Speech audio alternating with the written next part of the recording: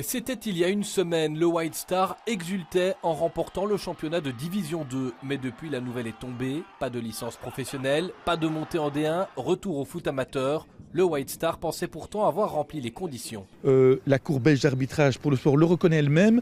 Dans son dispositif, on le voit, c'est que les dettes étaient payées, c'est-à-dire qu'il n'y avait plus de dette fédérale.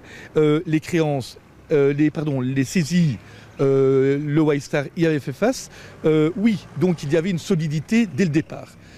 C'est le principe de continuité qui ne serait pas respecté. Le club n'apparaît pas assez fiable financièrement dans la durée.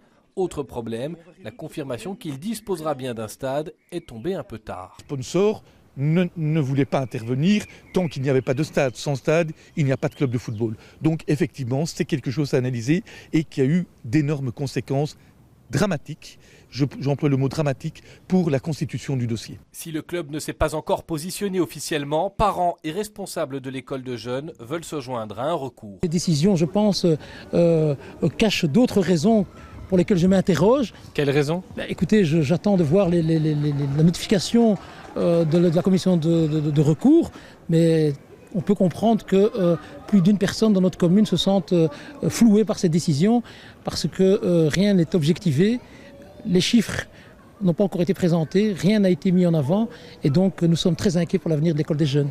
Justement, si le White Star devait jouer à nouveau en division amateur, ce serait à coup sûr la fin d'une vraie école de jeunes ?